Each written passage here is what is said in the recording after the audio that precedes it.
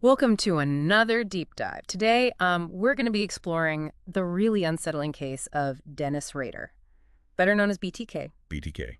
That's bind, torture, kill, which is a moniker he chose for himself. Yeah. Um, and for years, he instilled fear in Wichita, Kansas, leaving a trail of victims and a series of really taunting messages to both the police and the media. We're gonna try and piece together his double life today, the disturbing facts of his crimes, and really grapple with how someone could commit such horrific acts while maintaining this outward appearance of normalcy. Yeah, what's particularly striking about Rader is this irony of his employment. He worked for ADT, installing security systems. Oh, Can you wow. imagine? It's wild. The unsettling feeling of knowing that the man responsible for making your home safer is the same one terrorizing the community. Right. This duality speaks volumes about his compartmentalization, the way he could separate these starkly contrasting facets of his life. It's mind-boggling. It makes you question everything you think you know about someone. So let's start by looking at his early life. In Pittsburgh, Kansas. On the surface, it appeared to be a very average upbringing. But were there any early indicators? Hints of the darkness that may lay beneath? Well, Rader claimed to have felt ignored by his parents, both of whom worked long hours. While this shouldn't be interpreted as an excuse for his later actions, those feelings of neglect, real or perceived, they can leave a lasting impact on a developing child. It can foster a sense of isolation and resentment, contributing to kind of a warped worldview. But it goes beyond feelings of neglect. Even in his youth, Rader engaged in deeply disturbing behaviors. We're talking animal torture, voyeurism, cross-dressing, and even autoerotic asphyxiation. These weren't just isolated incidents, but recurring patterns of behavior. And these patterns, they're critically important to understand. They're often early warning signs of a deeply troubled individual. It's not that everyone who displays these behaviors will go on to commit violent crimes, but these signs should never be disregarded or dismissed as just a phase. Right. In Rander's case, he later admitted to deriving sexual gratification from these acts, particularly from the feeling of control and dominance that they provided, especially over women. This need for control seems to be a recurring theme. On January 15th, 1974, Rader committed his first known murders, targeting the Otero family. He entered their home and brutally took the lives of all four members, Joseph, Julie, and their two young children, Joey and Josie. The level of premeditation in this crime is just bone-chilling. He cut the phone lines, entered through the back door, and came prepared with rope for binding his victims. This was not a crime of passion. It was carefully planned and executed, reflecting a chilling detachment from the sanctity of human life. And the methods he used were particularly horrifying. Plastic bags and strangulation. He seemed to take his time, maximizing their suffering, which is just, I can't even fathom it. The details that emerged from his confession painted a very grim picture of the level of control he sought to exert over his victims. It's important to consider that for individuals like Rader, these acts often have a very deeply ingrained sexual component. It's not simply about taking a life, but about domination and control, enacting their twisted fantasies in the most extreme and violent ways imaginable. This need to control extended beyond just his victims. After the Otero murders, he began sending taunting letters to the police and media, Right. relishing the fear that he was generating in the community. It's like he wanted to be recognized, to be infamous. That craving for recognition is a hallmark of many serial killers. They see themselves as puppet masters, orchestrating events and manipulating those around them. This desire for control often spills over into their crimes. They meticulously plan and execute each act, savoring the power they hold over their victims. It's terrifying, honestly. And that brings us to his next victim, Catherine Bright. Her brother Kevin was also present in the house when Rader struck. This is where we start to see a chilling escalation in his modus operandi.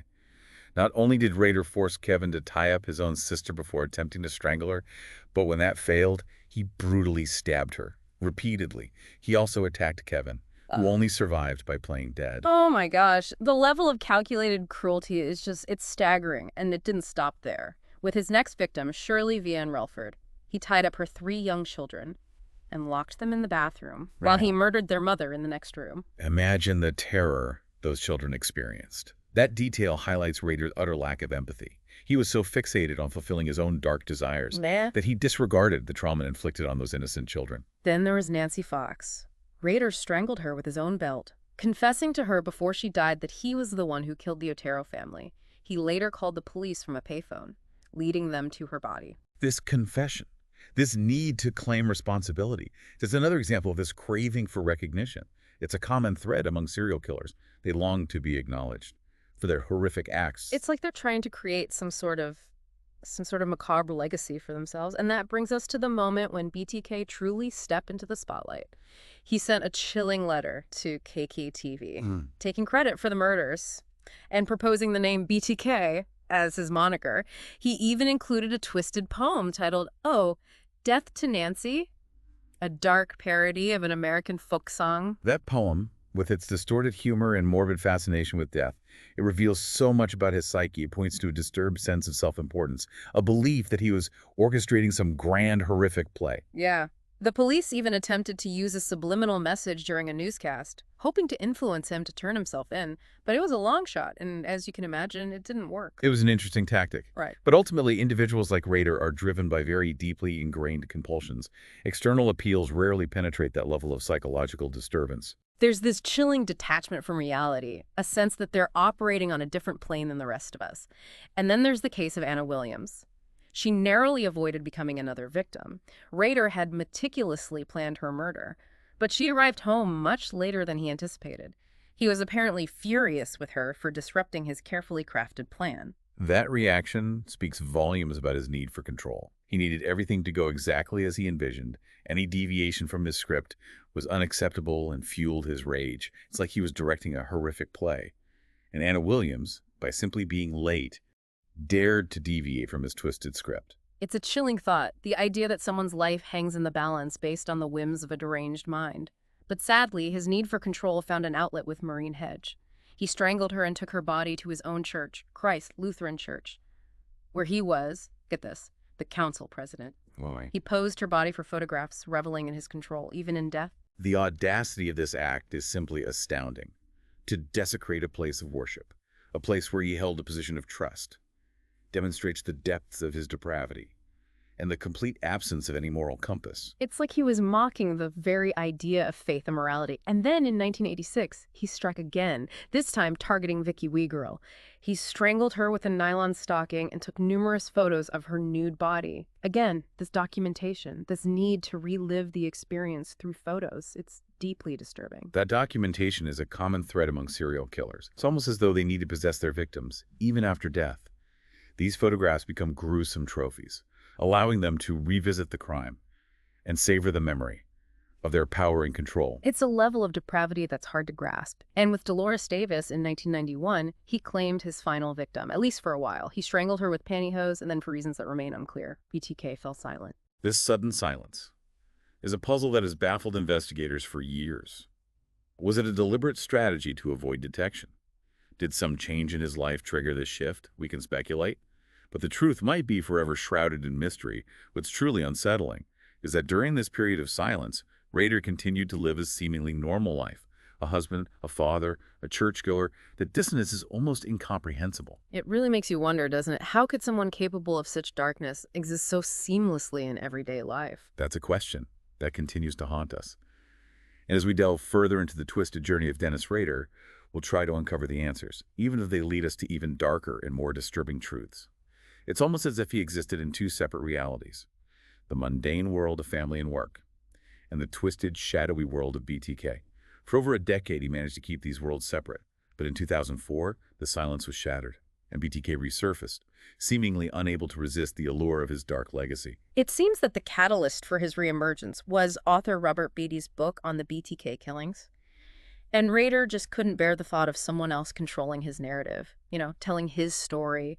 His ego and that insatiable desire for attention wouldn't allow it. This need for control, it wasn't just about his victims.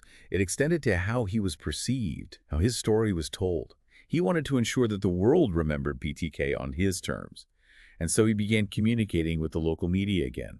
Letters, packages, even a floppy disk. It was a dangerous game, a high-stakes gamble driven by a dangerous combination of ego and compulsion. It almost seems like he wanted to get caught, or at least severely misjudge the advancements in forensic technology, because that floppy disk, it became his undoing. What's fascinating here is that it wasn't some elaborate scheme that brought him down. It was a simple, almost careless mistake. Rader had deleted a document from that disk. Right. But investigators were able to recover metadata that linked it to Christ Lutheran Church. and to Dennis. Remember, he was the president of the church council. It's as if he left a trail of digital breadcrumbs, leading right to his doorstep. So the police are closing in now, but they need irrefutable evidence. So they obtained a warrant to test a pap smear from Rader's daughter, comparing it to DNA found under Vicky Weigurl's fingernails. And that was it. A match. The science was undeniable. It's a testament to the power of forensic technology. Even the most meticulous criminal can leave behind traces. And advancements in DNA analysis have revolutionized the way we investigate and solve crimes. Rader, for all his meticulous planning and precautions, fell victim to the very progress he likely underestimated. Yeah. On February 25, 2005, he was arrested while driving near his home. And when the officer asked if he knew why he was being taken downtown, Rader calmly replied, "Oh, I have suspicions why." The chills that must have run down that officer's spine. It's a chilling glimpse into the mind of a man who, even at the moment of capture, maintained an unsettling composure. That composure, that lack of outward emotion, is another characteristic often observed in individuals who commit such heinous acts. It's a disconnect, a chilling detachment from the emotional reality of the situation. They can compartmentalize, suppress those feelings of remorse or empathy that would cripple most people. It's like they've built a wall around their emotions, a barrier that allows them to function in the everyday world, while simultaneously harboring such darkness. So following his arrest, searches were conducted at his home, his office, and the church, uncovering a trove of evidence linking him to the murders. Pantyhose, a cylindrical container. It must have been a surreal and disturbing experience for those involved in the investigation. And for the Wichita community, the impact was profound. This man who they knew as a neighbor, a church leader, a seemingly ordinary person, was revealed to be the monster who had haunted their lives for years. The sense of betrayal, the shattering of their perceived safety and normalcy must have been overwhelming. It's a stark reminder that we can never truly know what lurks beneath the surface, that evil can wear the mask of normalcy, blending seamlessly into our everyday lives, facing 10 counts of first-degree murder. Rader initially pleaded not guilty, but later changed his plea to guilty, providing chillingly detailed accounts of his crimes. And what's truly disturbing is that he expressed no remorse, no empathy for his victims or their families. His confession was delivered with a chilling detachment, almost as if he were recounting a mundane event. This lack of affect, this inability to grasp the magnitude of his actions or the suffering he inflicted, is a hallmark of psychopathy. It's a disturbing glimpse into a mind that operates outside the boundaries of normal human emotion and morality. During his sentencing, the families of his victims delivered powerful impact statements, sharing their pain, their anger, their utter devastation. Rader, in response, offered a rambling, self-absorbed apology. That came across more as a self-congratulatory speech than a genuine expression of remorse. It was a performance, a calculated attempt to control the narrative one last time. He seemed incapable of comprehending the depth of their pain, or perhaps simply unwilling to relinquish the spotlight. Even in the face of such profound suffering, it's the final act of a narcissist, unable to relinquish the stage, even when the curtain is closing on his own depravity. In the end, he was sentenced to 10 consecutive life sentences, with a minimum of 175 years. He is currently in solitary confinement at the El Dorado Correctional Facility, where he will likely spend the rest of his days, alone with his thoughts, and the ghosts of his victims. The man who craved attention, who sought to control the narrative, is now reduced to a shadow, a name whispered in hushed tones, a chilling reminder of the darkness that can reside in the human heart. It's a stark ending to a horrifying chapter in American criminal history. But as we reflect on the case of Dennis Rader, we're left with more questions than answers. What drove him to commit these unspeakable acts? What can we learn from his case that might help us prevent future tragedies? These are questions that continue to challenge us, urging us to delve deeper into the darkness, to confront the uncomfortable truths about human nature, and to strive for a world where such horrors are never repeated. It's a case that just stays with you. It makes you question everything. How is it possible for someone to commit such horrific acts while simultaneously maintaining a seemingly normal life? Was everyone around him completely fooled, or were there subtle signs that were missed or dismissed? That's the unsettling truth about individuals like Dennis Rader. They often excel at blending in, at presenting a facade of normalcy. That conceals the darkness within. But it's important to remember that there's no single profile of a serial killer. There's no magic formula that can predict who will turn to violence. However, there are often red flags, patterns of behavior that, when viewed collectively, can raise concerns. Like his early cruelty to animals, And his voyeuristic tendencies. Looking back, those seem like glaring warning signs. Absolutely. Cruelty to animals, especially when coupled with a lack of empathy and a fascination with control, is a significant red flag. It's often a precursor to violence against humans, a testing ground where individuals experiment with inflicting pain and exerting dominance. And voyeurism, with its violation of privacy and objectification of others, can be a stepping stone to more intrusive and harmful behaviors. And then there's the whole Factor X thing. Rader claimed that some supernatural force was driving him to kill, that he was compelled by something beyond his control. Yeah, that's a common defense mechanism. For serial killers, they externalize the blame, attributing their actions to an outside force, whether it be a supernatural entity or some uncontrollable impulse. It's a way to distance themselves from the responsibility of their choices, to maintain a warped sense of self-righteousness. It's like they need to believe they're not fully in control, that some other entity is pulling the strings. Precisely. It allows them to reconcile the cognitive dissonance of knowing they're capable of such horrific acts, Yeah. while still maintaining a semblance of a moral identity. But the reality is, they are in control.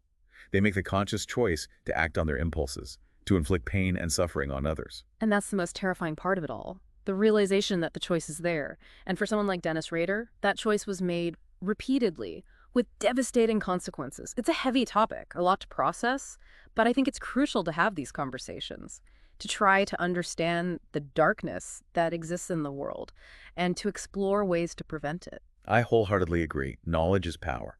The more we understand about the psychology of individuals like Dennis Rader, the better equipped we are to identify potential warning signs and intervene before it's too late. We need to move beyond fear and denial and engage in open and honest dialogue about the complexities of human behavior, the subtle signs of potential danger, and the importance of early intervention. So what are the key takeaways for our listeners? What can they do to, stay vigilant, to protect themselves and their loved ones? I'd say the most important thing is to trust your instincts. If someone's behavior makes you uncomfortable, if something feels off, don't ignore it. Pay attention to those red flags, those patterns of behavior that suggest a lack of empathy, a need for control, a fascination with violence. And don't be afraid to speak up. If you see something, say something. It might not always be easy, but it could make a world of difference. It's about being aware, being informed, and being proactive. Evil can lurk beneath the most unassuming facades.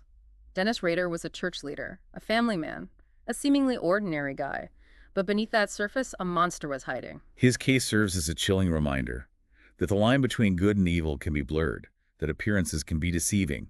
It compels us to question our assumptions about normalcy and to remain vigilant against the darkness that can reside within seemingly ordinary individuals. This has been a truly intense deep dive, but I think it's been incredibly important. It's given us a lot to think about, a lot to learn from.